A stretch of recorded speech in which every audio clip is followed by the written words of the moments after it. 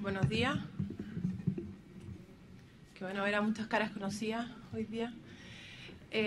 Queríamos tocar tres temas importantes dentro de la reforma tributaria, dentro de los muchos temas que se están modificando, no solamente a nivel de la ley de impuesto a la renta, sino que obviamente IVA, código tributario, etcétera. Pero hay tres temas importantes que quisimos tocar en detalle, que son la deducibilidad de los intereses, las normas del exceso de endeudamiento y las normas de goodwill. ¿Y por qué? Porque estas tres normas, además que se están modificando, habían algunas que no estaban contempladas en el proyecto original de abril, que se introdujeron en el protocolo y obviamente en la modificación que incluyó el gobierno, que en realidad parecía más que un proyecto nuevo, más que una modificación del proyecto original de agosto, y algunas que se modificaron también del proyecto original. ¿Qué pasa con los intereses? ¿Son deducibles los intereses en compra de acciones y derechos sociales? Aquí hay que hacer un poco de historia con respecto a la ley, bueno, lo que era la ley actual, la ley que estaba vigente hasta hace poco. Nosotros antiguamente distinguíamos para determinar si los intereses en compra de acciones o derechos eran deducibles a nivel de la ley de la renta, a nivel de la base de impuesto de primera categoría, si se compraban acciones o derechos. ¿Por qué? Porque el tratamiento antiguo en la compra de acciones o derechos distinguía, o el tratamiento anterior, ¿no es cierto?, distinguía si la ganancia de capital podía estar afecta a impuesto único de primera categoría o era impuesto, digamos, ganancia ordinaria afecta a impuesto de primera categoría y con los impuestos finales correspondientes. Tratándose de los derechos sociales, siempre la ganancia de capital había sido renta ordinaria. Por tanto, cuando una compañía quería comprar con deuda una sociedad, se implementaba una estructura de tal forma que lo que estuviera debajo, ¿no es cierto?, de la compañía que recibía el préstamo fuera una sociedad de responsabilidad limitada y no una sociedad anónima, por cuanto la ganancia de capital siempre era renta ordinaria, por lo tanto los intereses también se podían seguir deduciendo. Luego, el año 2012, en el gobierno de Sebastián Piñera, la ley 26.630 del año 2012, recuerden que también tuvimos una reforma tributaria, equiparó el tratamiento tributario de las ganancias de capital tanto de los derechos sociales como de las acciones. Por lo tanto, la ganancia de capital en caso de los derechos sociales también podía estar afecta a impuesto único, así como las acciones. Por lo tanto, en ese minuto, que ya muchos clientes, muchos contribuyentes tenían en el fondo armada su estructura, dijimos, ¿qué pasa? Ahora los intereses van a seguir siendo deducibles o no van a seguir siendo deducibles, ¿qué va a pasar? Y en ese minuto, bueno, entre reuniones que tuvimos con el Servicio de Impuesto Interno, etcétera, en el fondo nos quedamos más o menos tranquilos de que se podían seguir deduciendo porque se invocaba la circular 68 del año 2010 que decía algo así como que en el evento que no pudiera determinarse si los intereses estaban asociados a ganancias de capital afecta a impuesto único o renta ordinaria, dado que yo no sé, por ejemplo, si finalmente lo voy a vender a una entidad relacionada, en cuyo caso va a ser siempre una ganancia de capital renta ordinaria o cumpliendo los requisitos para estar afecto a impuesto único, decíamos, bueno, podíamos argumentar que podían seguir deduciéndose estos intereses de tal forma de no afectar, digamos, las adquisiciones que ya se habían hecho. ¿Qué pasó con la reforma tributaria? Bueno, ahí fue el gran balde de agua fría, porque en abril del 2014, leyendo la reforma dentro del texto gigante que había enviado el gobierno, que eran como 200 páginas, encontrábamos una modificación al artículo 31 que decía, y la pueden ver, que decía claramente que los intereses en compras de acciones destinados directa o indirectamente a comprar derechos, acciones, bonos, etcétera, no van a poder seguir deduciéndose y corresponde que se computen como un valor como costo de los activos para efectos de la presente ley.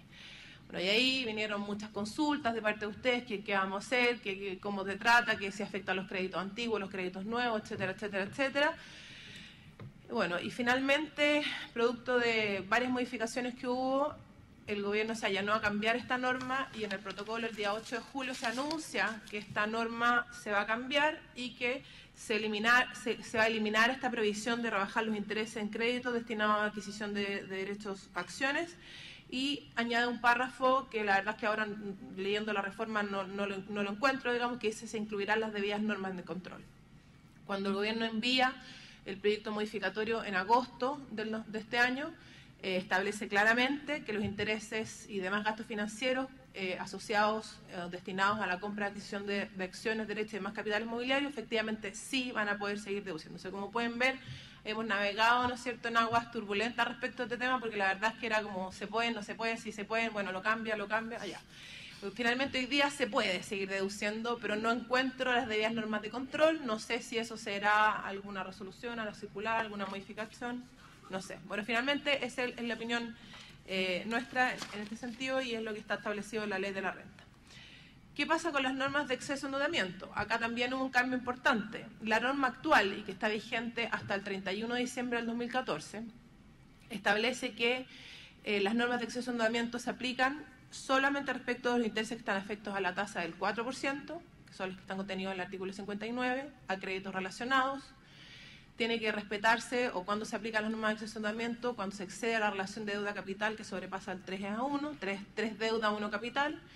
Y el impuesto que se aplica hasta esta fecha, 31 de diciembre del 2014, es un 35%, sin perjuicio de que el 4% siempre es un impuesto adicional que se retiene al acreedor extranjero, y el 31% es un impuesto que paga la compañía que es la deudora y que es deducible para fines de impuesto a la renta.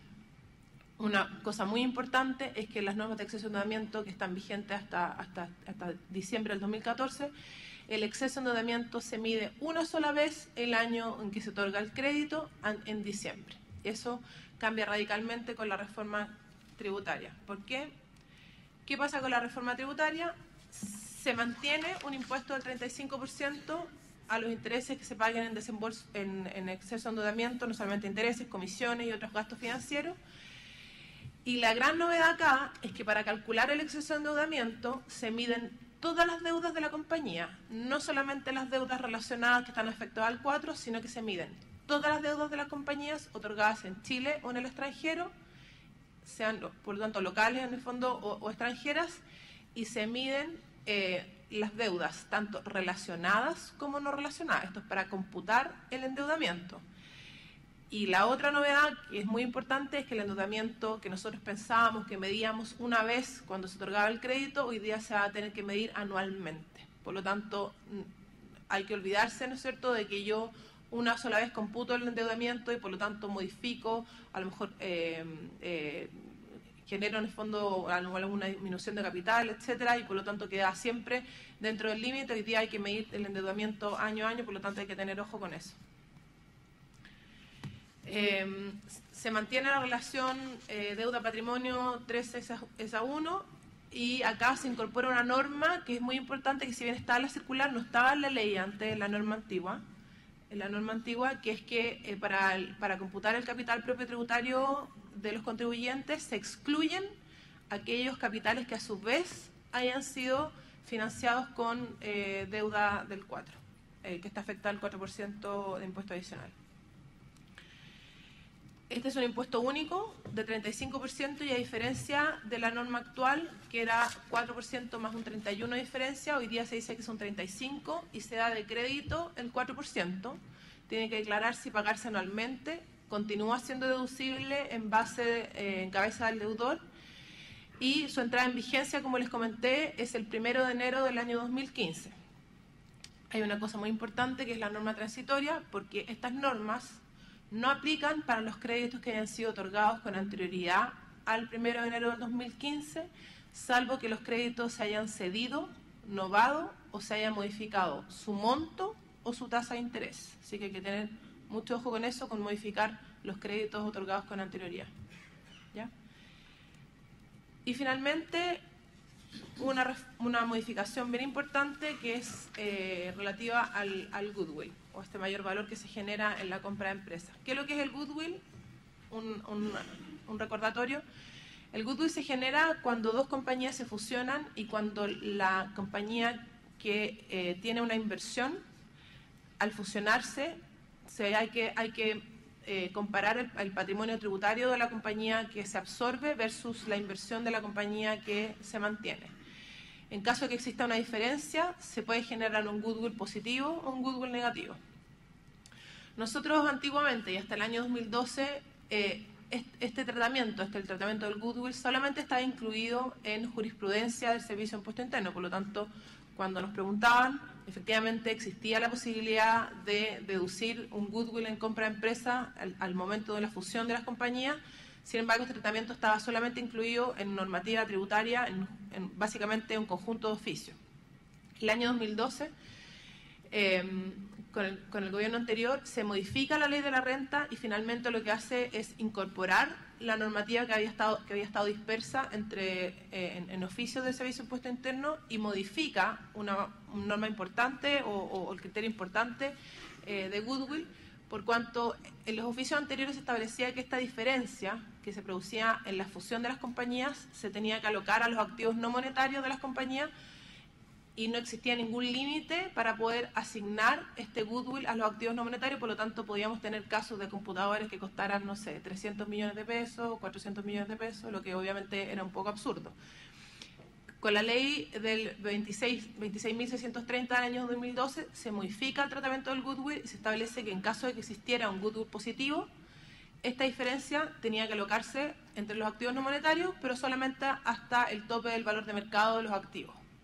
Y si existía una diferencia, esto era un gasto diferido que se tenía que amortizar o deducir en un plazo de 10 años por cuotas iguales. En el caso que existiera un goodwill negativo, es decir, que el valor de inversión de la compañía versus el capital propio tributario fuera menor, había que distribuir otra vez entre los activos no monetarios, rebajando el valor de los activos no monetarios hasta el valor de mercado de los activos. Supongamos que el valor tributario de los activos era 100 y el valor de mercado era 50, tenía que rebajarlo a 50, y esta diferencia se computaba como un ingreso diferido en 10 años. ¿Hay una modificación a estas normas en la reforma? Sí, pero que fue introducida en el segundo paquete que envió el gobierno, no en el primer paquete de abril. ¿Y cuál es esta reforma? Que es muy importante, que tratándose del goodwill positivo, porque el goodwill negativo no lo modifica,